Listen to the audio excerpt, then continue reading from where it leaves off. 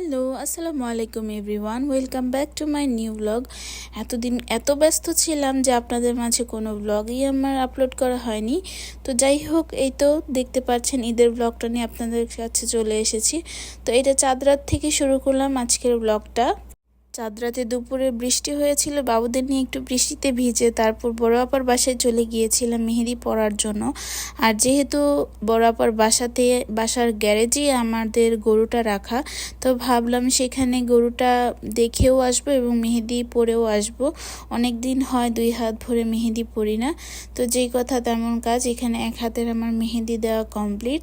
তো মেহেদি দেওয়ার পর কিছু ভিডিও নিয়েছি, কিছু টিকটক করেছি আপনাদের সাথে শেয়ার করার জন্য।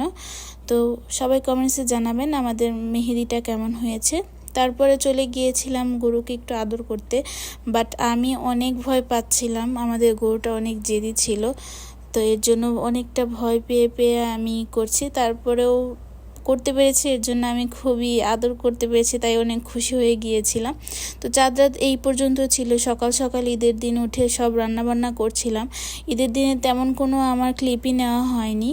তো আমাদের গরু যখন কোরবানি করা হয়ে গিয়েছে তখন আমি গিয়ে পৌঁছেছিলাম। কসাইরা সব কিছু সুন্দরভাবে কেটে বেছে নিচ্ছিল।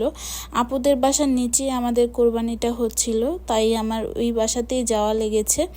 তো সব কিছু সামলাতে সামলাতে সংসার কোরবানি সব কিছু মিলে আমি একটু হাঁপিয়ে উঠেছিলাম।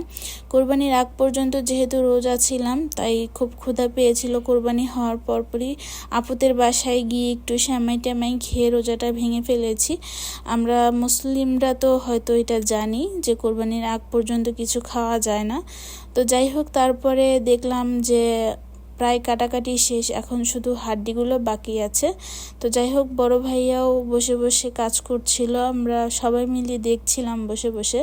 আমাদের আশেপাশে অনেকজন আরও কোরবানি দিয়েছে সেই দিন গ্যারেজে।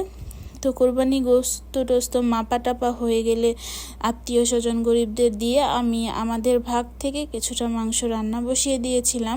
সেদিন খুবই প্রেশার হচ্ছিল, আমার আত্মীয় স্বজনদের বাড়ি যাওয়া লাগছিল গরুর মাংস দিতে, তারপর গরিবদেরও দিচ্ছিলাম। আমার বাসা বাচ্চা সব কিছু সামলিয়ে একটু অস্থির হয়ে যাচ্ছিলাম। তো যাই হোক, দেখতে পাচ্ছেন আমি প্রায় 3-4 কেজি পরিমাণে গরুর মাংস একবারে রান্না করে ফেলেছি। আলহামদুলিল্লাহ, কি সুন্দর কালার এসেছে, হয়তো দেখেই বুঝতে পারছেন। সেদিনের খুবই মজা হয়েছিল রান্নাটা।